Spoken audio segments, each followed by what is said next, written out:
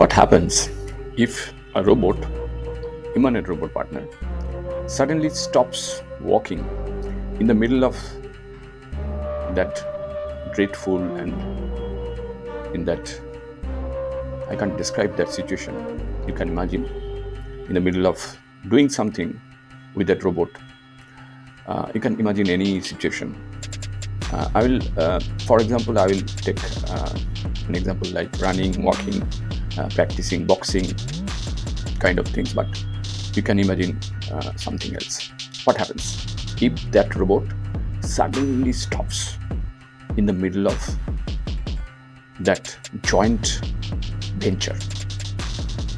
Okay, today we will try to understand the situation.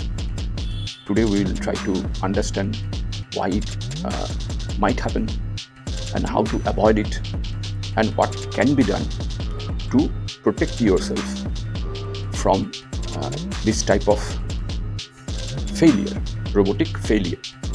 Not only that, the question also comes to our mind whether we should keep a human partner as a standby if the robot fails or ceases to work in the middle of that fateful work venture. So let's start.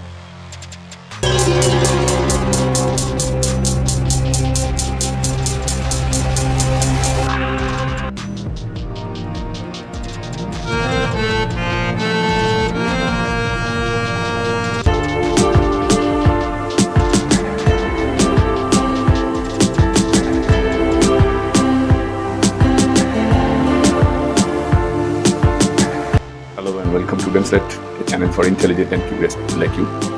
Before we proceed, let me tell you one thing. If you have not subscribed yet, please subscribe. It means a lot to me. And if you have already subscribed, tons of thanks for your support. Now look, if a humanoid robot suddenly stops working in the middle of a job, let's call it a job. Okay, everything is a job, so it's a job. The first step would be to determine the cause of the stoppage. Why it stops? Why? What's the reason behind it? This could be due to a mechanical failure, a software glitch, or a power outage. Once a cause is identified, the appropriate action can be taken. If the robot is experiencing a mechanical failure, suppose, okay, it may need to be repaired. You should send it to the factory again, to the manufacturer, or be replaced if it's in the warranty period. This could involve sending a technician to the site to diagnose and fix the problem, or it could repair, sending the robot back to the manufacturer, as I said, etc. There are a lot of things you can do, of course, but the job remains unfinished. And if you don't want the job to be unfinished, then should we keep a human worker, any type of worker? I don't want to add anything, any word before that word worker. Should we keep them as a standby? Now look, it also depends on various factors. The factors to consider. Number one is criticality of the job, criticality of the task. What you are doing with that robot, that is very important, right? What is your joint venture with that robot partner?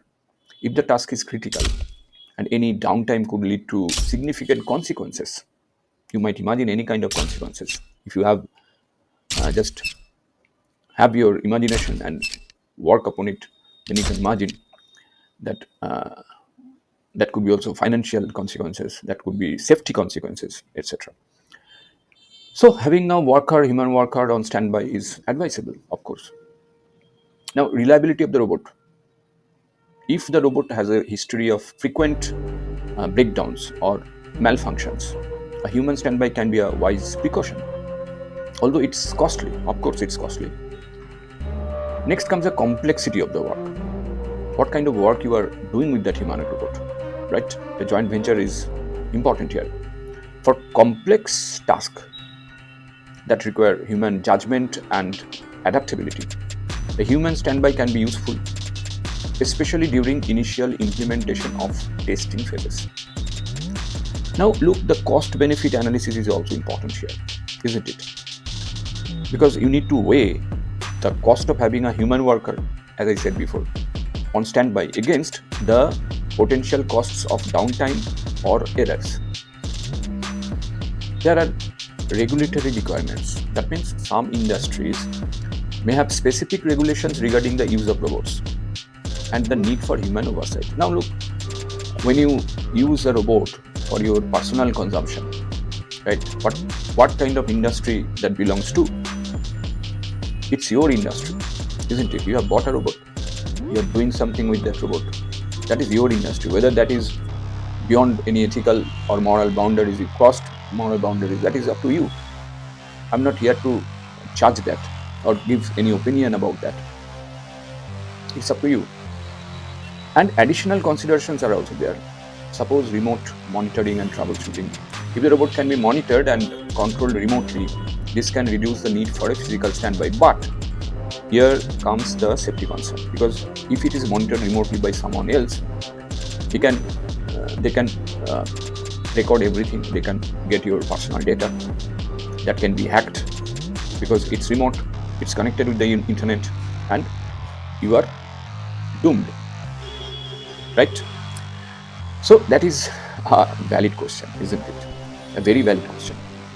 Rapid response teams, that means consider having a team of technicians ready who can be dispatched quickly to address issues. But if it's a very personal joint venture and in between you are stuck, can you imagine the technicians rush in and they are just keeping you separated, etc., etc.